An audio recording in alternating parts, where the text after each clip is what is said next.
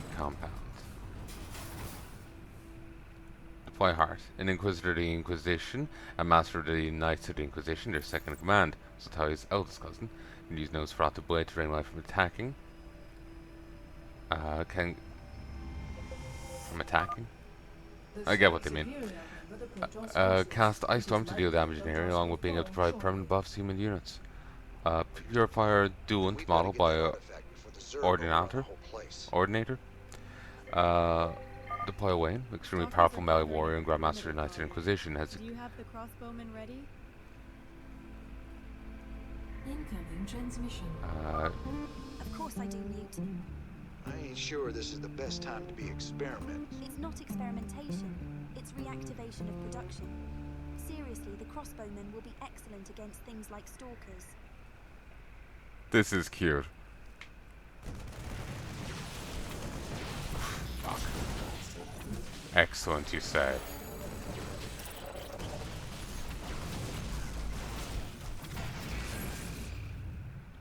I'll finish reading this, then we'll restart it. Extremely rapid regeneration, very high armor, deals 30 damage to an attacker, attracts nearby enemies to attack him. Morgan, extremely powerful magician, second only to her own father, one of his cousins, younger sister of Heart Sickness, can cast Gotia, Nosferatu, Mass Heal, and Group Ward. By the numbers, boys. Okay.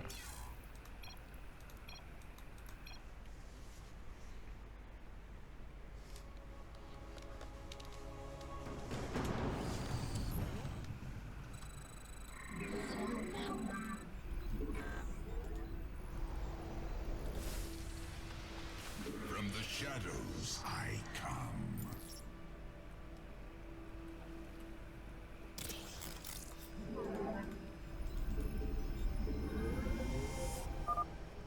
The Zerg severely outnumber the Protoss forces. It is likely the Protoss will fall shortly. Well, here's the plan. Then we've got to get that artifact before the Zerg overrun the whole place. Stalkers are gathering at the perimeter, Thalia. Do you have the crossbowman ready? Own it. Incoming transmission. Of course I do, Newt. I ain't sure this is the best time to be experimenting. Yeah, definitely different voices there. It's reactivation of production. Seriously, the crossbowmen will be excellent against things like stalkers. I'm just tired.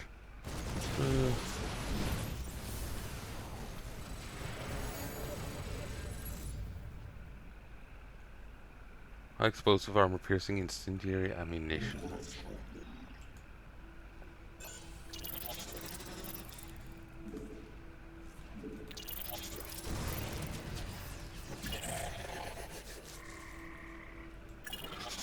Up here.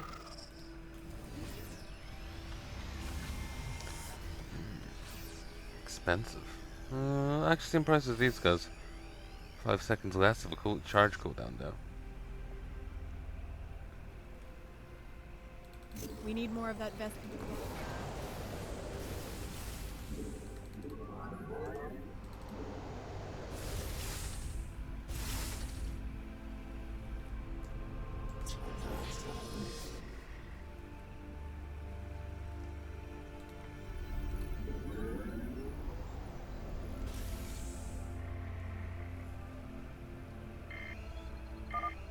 Zerg attack wave incoming.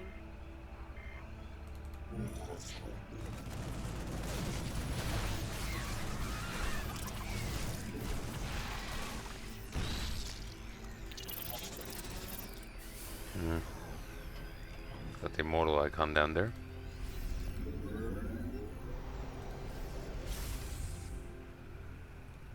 Definitely not belonging in here.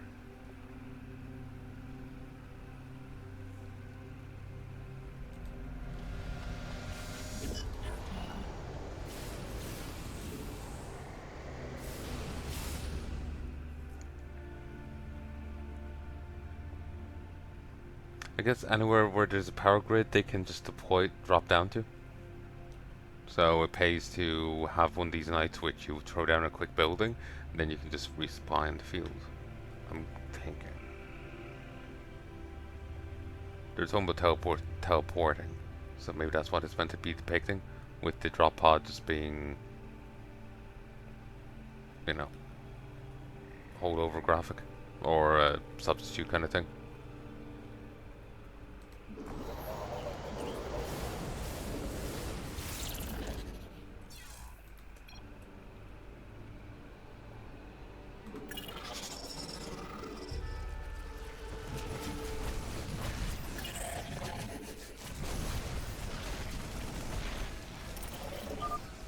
This is crazy, man.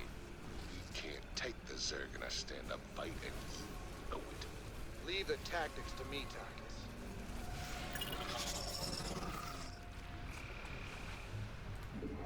For hire.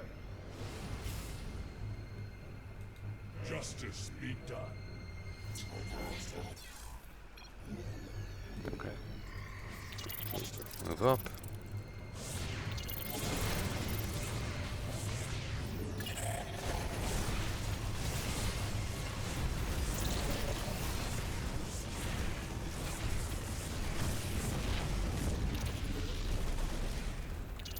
Grab this, then get back over here.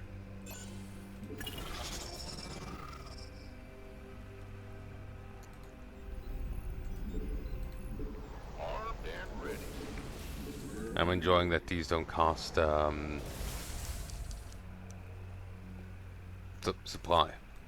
This better be good. Outstanding.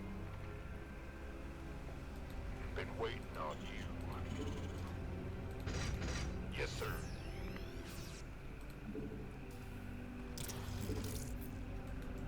By the numbers, boys. Armed and ready. Typical.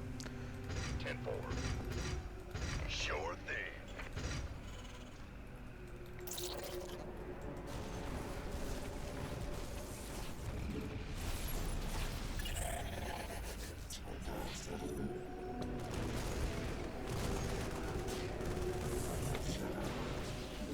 Attack.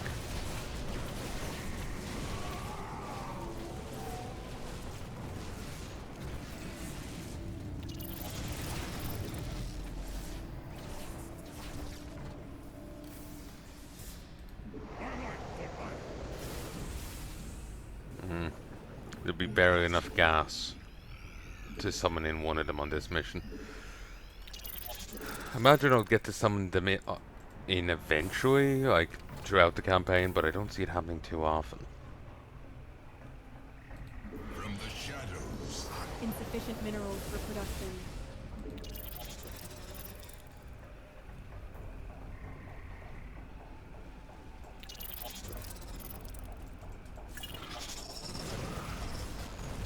Our base is under attack.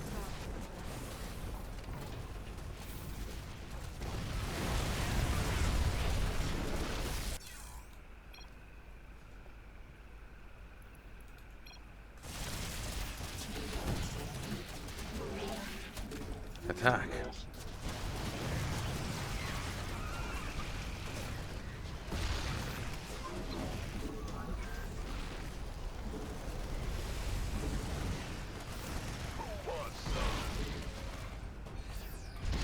Will do.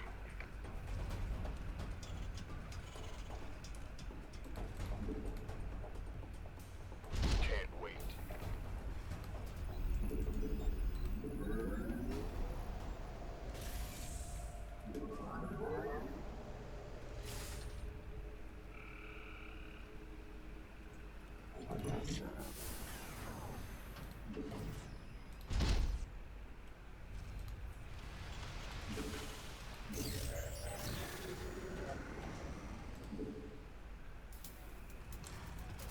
Been waiting on you. Orders received.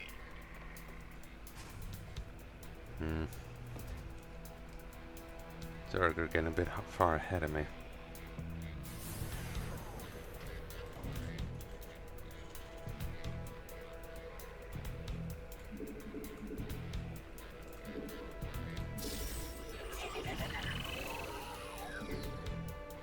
That can hit there, good.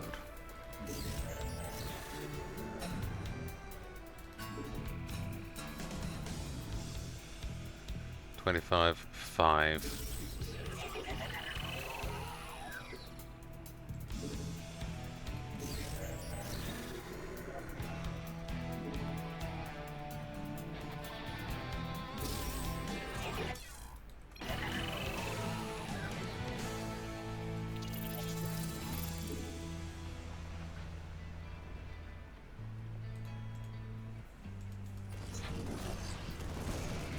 Our base is under attack. This better be good.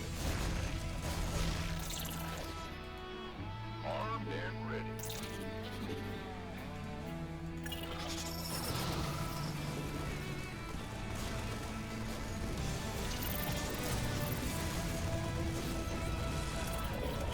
God, they're frail.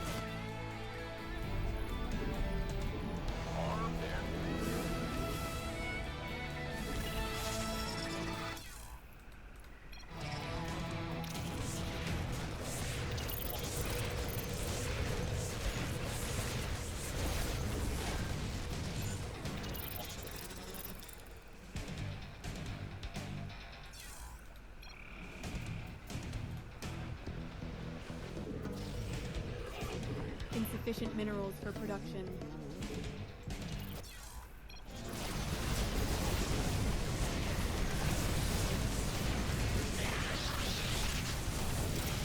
That's an interesting sound effect.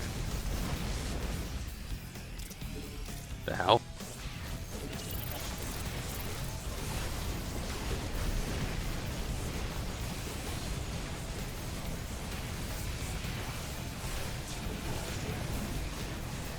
Pretty much just leave those nice rampages they see fit.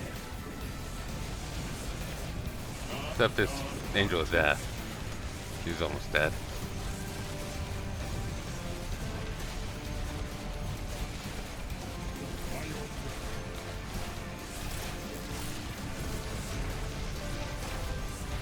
Dead.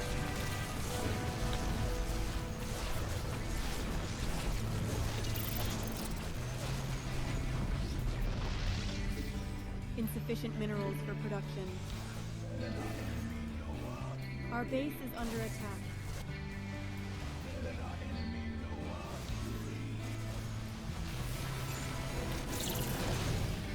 Okay, there's the research gotten.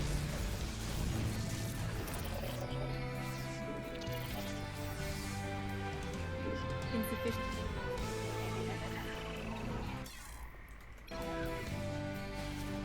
They're pushing them back.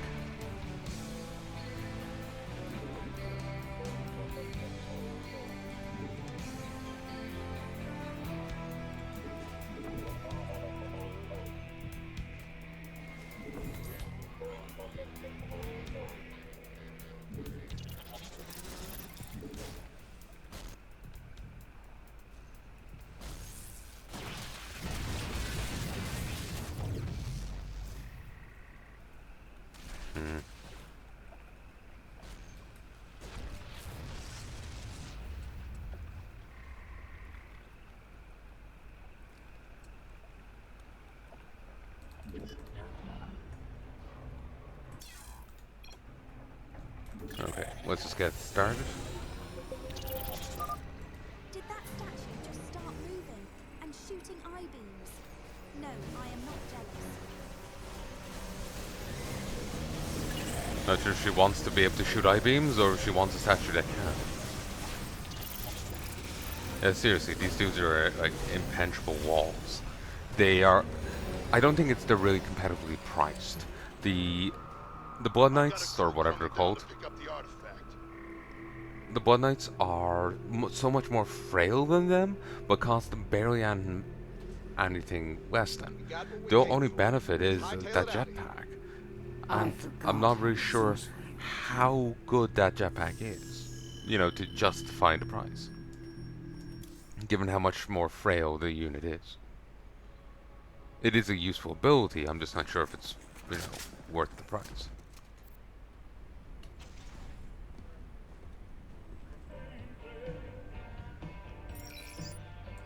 Let's get down to business. To defeat the Huns. Knights of Darkness. Knights of Darkness are the Inquisition's third knighthood order, specializing in attacking enemy formations during watch changes at night or when the enemy is most asleep. They eliminate watchers with silent weapons for unleashing chaos in an enemy camp. For current purposes, they're currently serving as extremely deadly sniper operatives, putting most ghosts to shame with their killing prowess with the sniper. Vitals, hammer security stats. 2 squads per mission. And you get 1 dude. And here's the research. I do like you can see the screen, like during the cutscene, well, here it makes sense, but I don't know, I always like when the little bit of UI you go to look at is visible as in cutscenes and in stuff as if it's actually part of the world. That's obviously commenting on base StarCraft, but yeah. So let's see, marching drills. One of the downsides of a newly created nation is that the drills are rarely refined. Still being figured out how to best get the results they want and how to drill and train their soldiers. 1, 2, 3. The fact that the Inquisition has been needing to actively figure things out while still fighting as well as they do is like a testament to technology. To that end, they're proposing Rainer's Raiders help them with their marching drills, help increase their speed on the battlefield. Human infantry move 50% faster. That could be useful. But I haven't really used much human infantry yet, so I'm not sure how fast or slow they are. Grants human vehicles 15% increased health per level of armor upgrade. Hella's always coming up with new ideas and rarely has the time to focus on all. Thus, why she keeps throwing stuff onto this console. She's come up with a way to ensure the vehicles deployed in the field can also have their durability expanded upon, rather than just refining their armor plating to fit the needs of the battlefield. 15%. Haven't gotten any vehicles yet, so I can't really see the, is it a good use or not. Human infantry, marksman, swords master, people not in vehicles.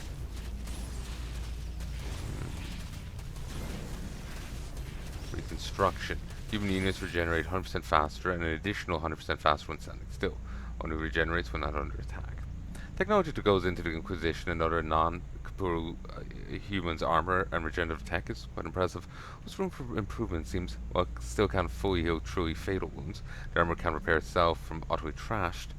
Still, they've managed to make it operate faster and to reroute power from the equipment's other systems towards self-care or other minor medical care, towards self-repair or other minor medical care when it's standing still. Of course, it still can't do these things when it's actively taking fire. Human units gain shields roughly equivalent to 25% of their HP. Shields regen 5 per second even during combat. So as usual, has come up with an idea. This time it's not one of the terrible ones that never crosses your eyes, like making cat girls. Back on topic. She's been fussing over salvage Protoss shield technology and is pretty convinced she can replicate the effect for human soldiers. Beat the Protoss for regenerative capacity at that. Apparently this can't be so easily extended to robots, given the rarity of the salvage, however. Refinery, microfiltering. Stasis magic.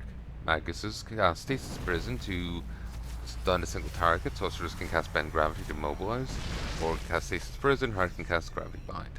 Apparently making spells is hard. It's something to do with needing not just what you want to do, but are you going to achieve it. Also, which can be tricky to do. Despite this, the mages have some ideas for further study around manipulating people's ability to move of all things. I think inspired a bit of Protoss personally. Nobody will admit it. Teleportation magic. Teleportation magic was something the mages are quite prone to using. It's been tricky to implement tactically, it seems. Maguses have been focusing their studying efforts mostly on letting them get anywhere they need to be by themselves, while sorcerers are focusing on getting large groups back to base or into new defense positions. I'm not sure why there's this split. It really seems like a question of methodology rather than ability. Production structures build in 10 seconds and cost no gas. By shifting some of the equipment that would be stored in Inquisition production buildings from the building to the Hyperion, we ensure that they're built extremely quickly and at a very low price point. Honestly, this was pretty hard to make work, especially with all the other stuff we have up here running in the Hyperion. I think your ship is running out of space. Thought I came up with an idea. Build in 10 seconds, no gas. White Eagles build in 5 and could get 50% more supply. Thought I came up with an idea how to optimize how fast White Eagles can be built and how many supplies we can internal design and further compacting the components and food need for everyone. The supply depot could be built faster than ever while fitting more without increasing its footprint. Great idea. Also requires storing more stuff on the Imperium though. Can't believe you can't fit an entire faction's production apparatus on this single battlecruiser. That was a joke in case you didn't notice. Retaliation field. Robots deal 4 damage and 10% slow on attackers in an area every half second. Slow stacks 10 times. Those come up with ways to make our robots do slightly convert excess energy in a method of retaliation against attackers. Such shock doesn't hurt much, close to the taser really, but it's been shown to slow down the target, and subsequent applications make the effect more apparent, more potent.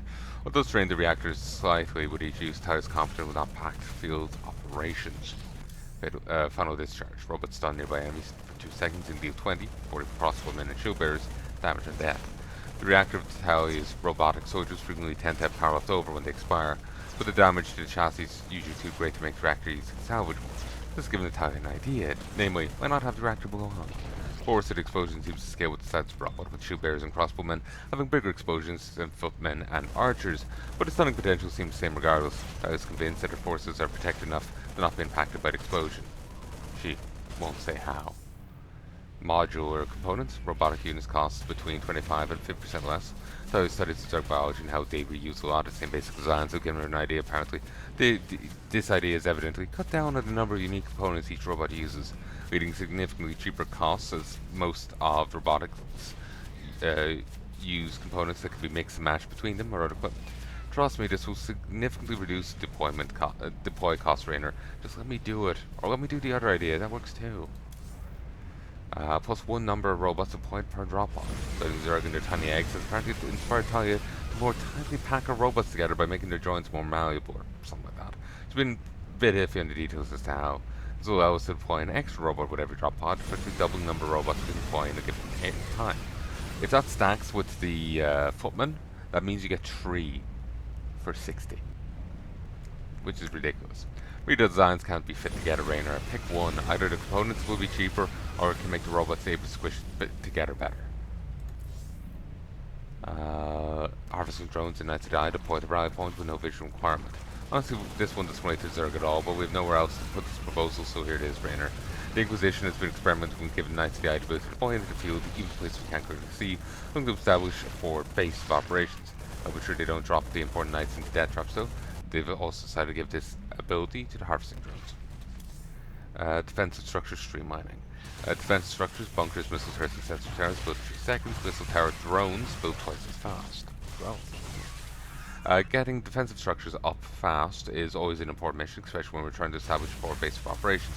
Typically do on missions. This led to Knights of the Eye under Talia's supervision, working out streamline their processes and compete to see how fast they can build things. Maybe next time you'll let them keep rapidly assembling and disassembling test bunkers in the hangar. How else are we supposed to figure out improvements without space to work? 1, 2. Biomancy. Magicians are always working to come up with new spells, however that works, and they've come up with some new ideas. Sorcerers are trying to say that if we capture some Zerg and fit them with implants, keep them under control, like pets. Morgan's wording, not mine. The Magus on the hand want to test the draining of life from people. Zerg ability where to eat people get stronger. Maguses can cast Flesh Tap on an enemy, doing damage to heal themselves. Sorcerers can cast summon minions, get a set of Zerg units for 6 seconds. Morgan gets summon minions, Art gets Flesh Tap.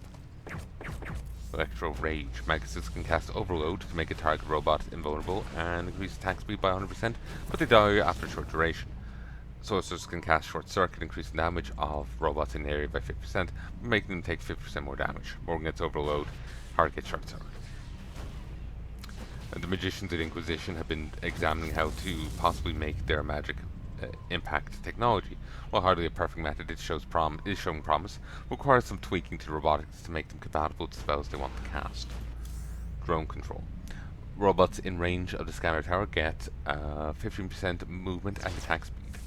It applies to units in bunkers.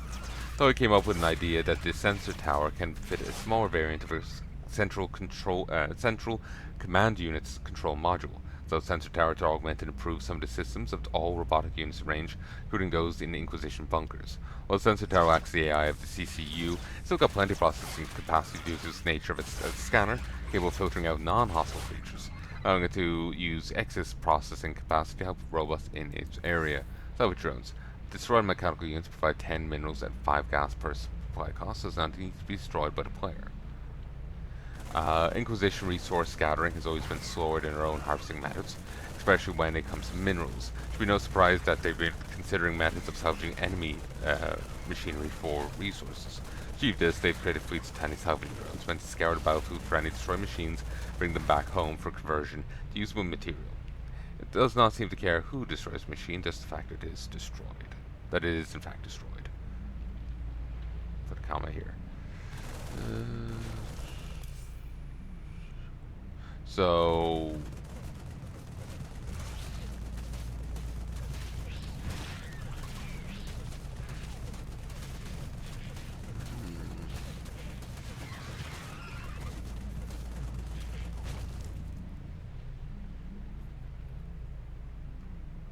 I'm kind of tempted towards this. Okay, so this does have unchangeable research. Alright. I'll hold off on this, given that I haven't used either yet. So, I'm going to call this here, as it is fucking late. It's nearly 4. I hope you've enjoyed.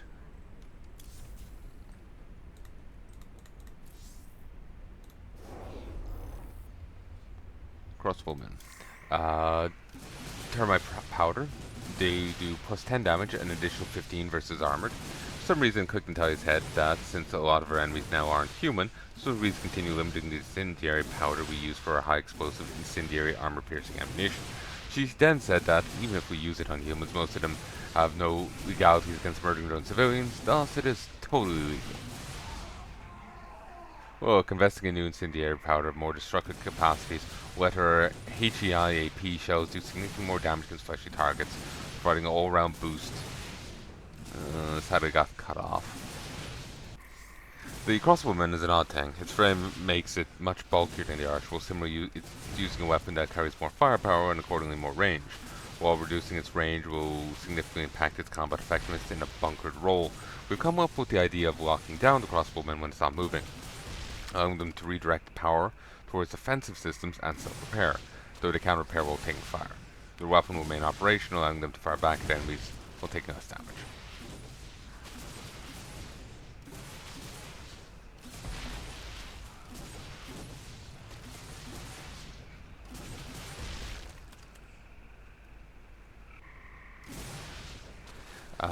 Crossbowmen gain 30 life while standing still. They gain 3 armor and 1 life for each. Okay. They were talking about reducing range there or something, so I was waiting for a malice, but there wasn't any. So, standard upgrades. Alright, I'm gonna leave this here. I'm fucking knackered. I need to get some sleep. I hope you've enjoyed, folks, and I hope you join me again soon. If there's anything at all you'd like to tell me, please let me know in the comment section below. That is what it's there for. I'm enjoying this faction so far. The robots certainly feel very frail, but on the defensive, in a nice little group, I mean, they don't feel too bad.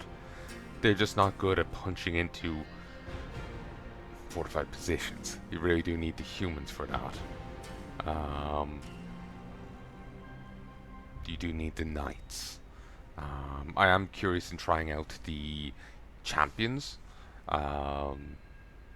The different hero units that they were there for 2k gas.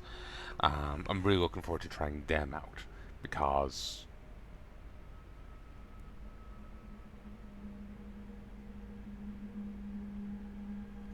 they seem interesting. I wondered, like, the other knights that I summoned in, the Blood Knight was a bit weak, but the first knight, of the First Order, he was bloody powerful. He was like an indomitable tank. It was beautiful. If the others are even better, it's gonna be ridiculous. It's gonna be fucking ridiculous. It's gonna be Carrigan all over again. But anyway, I hope you've enjoyed, and I hope you join me again soon. If you want to try this yourself, go to Triple G's account and find his link to his CCM Discord.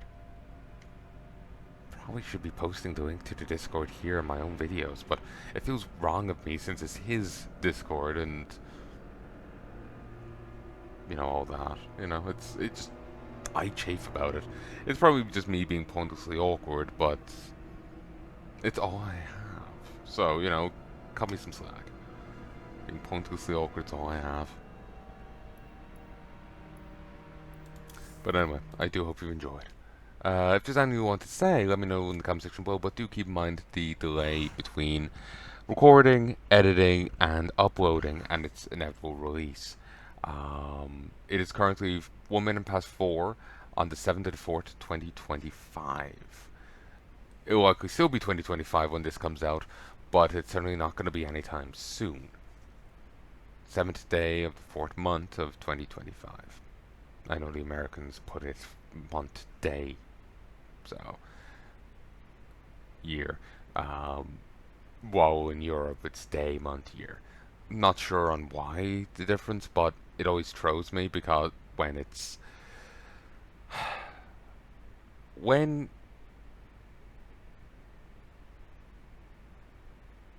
when the middle number is past 12, so it's 13, 15, yeah, I can tell, okay, clearly that's meant to be day. But when it's before that, it's like, okay, either of these could be day, either of these could be month. I have no idea. So, I'm just clarifying in case, so ye know. But anyway, I hope you enjoyed. I'm looking forward to seeing more of this. The faction seems interesting, and as I was saying, Fallaner seems to have ideas for a Heart of Swarm and Legacy of the Void. Not sure but if there's any ideas for Nova. But, I'm